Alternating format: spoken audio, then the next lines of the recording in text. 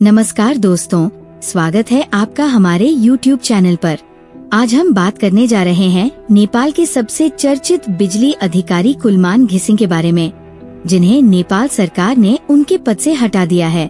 ये खबर नेपाल ही नहीं बल्कि अंतर्राष्ट्रीय स्तर पर भी सुर्खियों में बनी हुई है। आखिर क्यों सरकार ने उन्हें पद से हटाने का फैसला लिया? इसके पीछे की असली वजह क्या है? चलिए जानते हैं इस रिपोर्ट में। कुलमान घिसिंग को क्यों हटाया गया? सोमवार को नेपाल की कैबिनेट मीटिंग में फैसला लिया गया कि नेपाल विद्युत प्राधिकरण के कार्यकारी निदेशक कुलमान घिसिंग को उनके पद से हटा दिया जाएगा।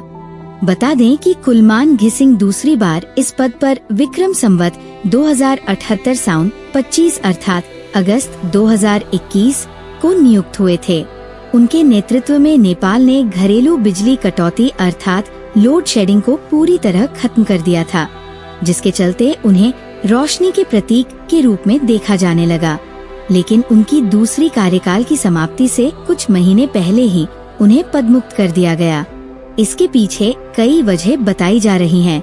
नेपाल सरकार और कुलमान घिसिंग के बीच टकराव लंबे समय से चला आ रहा था।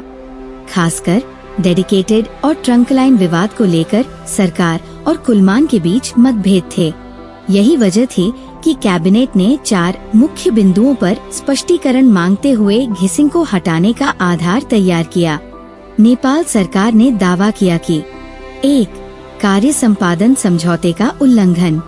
विक्रम संवत 2078 माघ 5 अर्थात जनवरी 2022 को नेपाल विद्युत प्राधिकरण और कुलमान घिसिंग के बीच कार्य संपादन समझौता हुआ था। लेकिन सरकार के अनुसार उन्होंने समझौते की धारा 9.5 के तहत 2080-81 के लिए आवश्यक रिपोर्ट समय पर प्रस्तुत नहीं की। 2.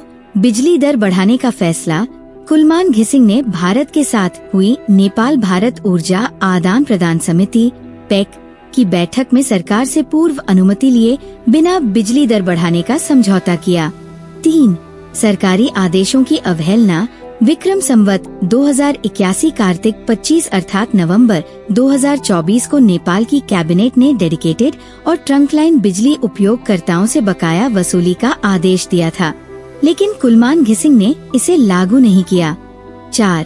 प्राधिकरण के निर्देशों की अनदेखी।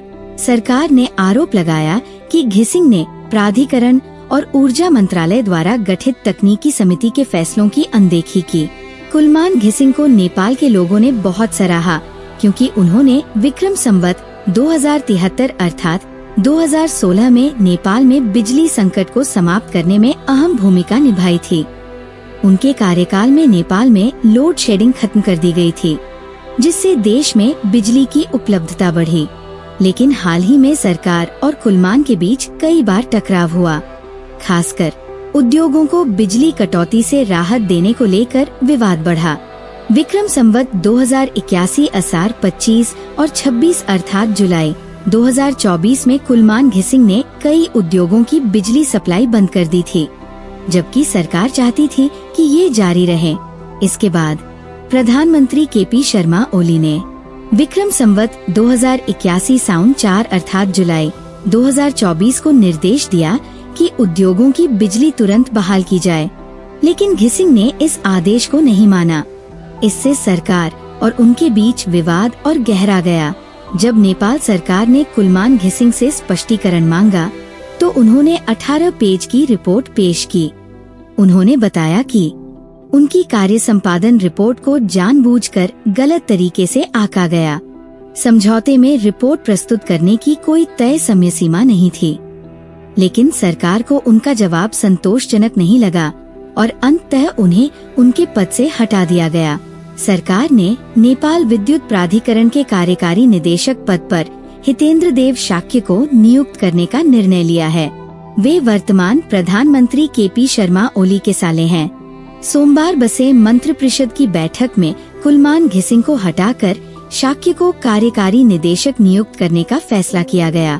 हाल के दिनों में सरकार और कुलमान के बीच बढ़ते टकराव के कारण ऐसा माना जा रहा था कि सरकार कुलमान को कभी हटाएगी ही नहीं, लेकिन तेज जल्दबाव के चलते निर्णय लेने में कुछ देरी हुई। अंततः ऊर्जा मंत्री दीपक खड़का के प्रस्ताव पर सोमवार की मंत्रिपरिषद बैठक में कुलमान को पद से हटाने का निर्णय लिया गया। 2078 साउन 25 गते की मंत्रिपरिषद बैठक से जहां उन्हें दूसरे कार्यकाल के लिए नियुक्त किया गया था, उनका कार्यकाल साउन 24 गते समाप्त होने वाला था। इस निर्णय के साथ ही सामाजिक मीडिया पर सरकार की आलोचनाएं तेज हो गई है। प्रचंड, कुलमान को हटाना आपत्तिजनक, असत्य सिद्ध हो। नेकपा माओवादी केंद्र के अध्यक्ष पुष्पकमल दाहाल प्रचंड ने नेपाल विद्युत प्राधिकरण के कार्यकारी निदेशक पद से कुलमान घिसिंग को हटाने के निर्णय पर कड़ी आपत्ति जताई है। पूर्व प्रधानमंत्री भी रह चुके अध्यक्ष प्रचंड ने सरकार के इस फैसले की निंदा की है। सोमवार की शाम हुई मंत्रिपरिषद बैठक में कुलमान घिसिंग को पद से हटाकर नई कार्यकारी निदेशक के रूप में हितेंद्र देव शाक्य की नियुक्ति की गई। प्रचंड के अनुसार सरकार का ये कदम पूरी तरह गलत और आपत्तिजनक है। उन्होंने सामाजिक मीडिया पर लिखा, आशा है कि ये खबर असत्य सिद्ध हो। यदि ये सत्य है तो सरकार का ये कदम बिल्कुल गलत और आपत्तिजनक है।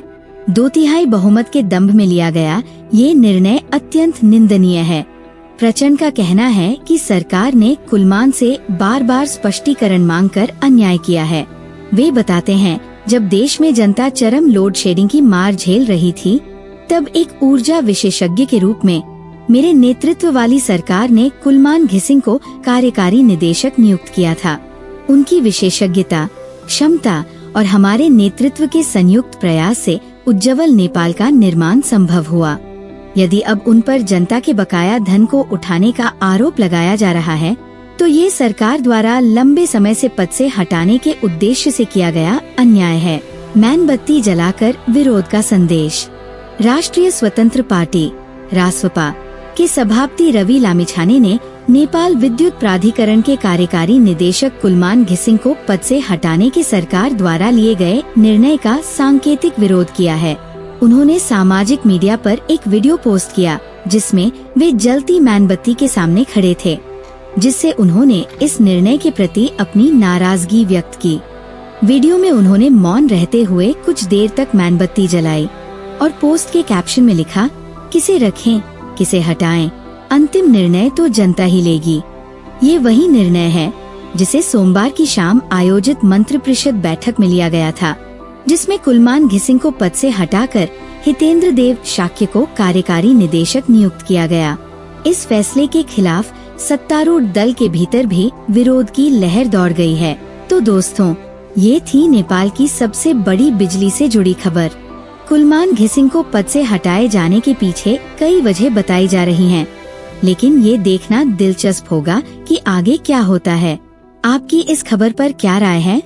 क्या आपको लगता है कि सरकार का ये फैसला सही है या ये राजनीति से प्रेरित है? अपने विचार हमें कमेंट में बताइए और अगर आपको ये रिपोर्ट पसंद आई हो तो वीडियो को लाइक करें, चैनल को सब्सक्राइब करें और बेल आइकन दबाएं ताकि आपको हमारे आने वाले वीडियो की नोटिफिकेशन मिलती रहे। फिर मिलते हैं एक नई रिपोर्ट के साथ। धन्यवाद।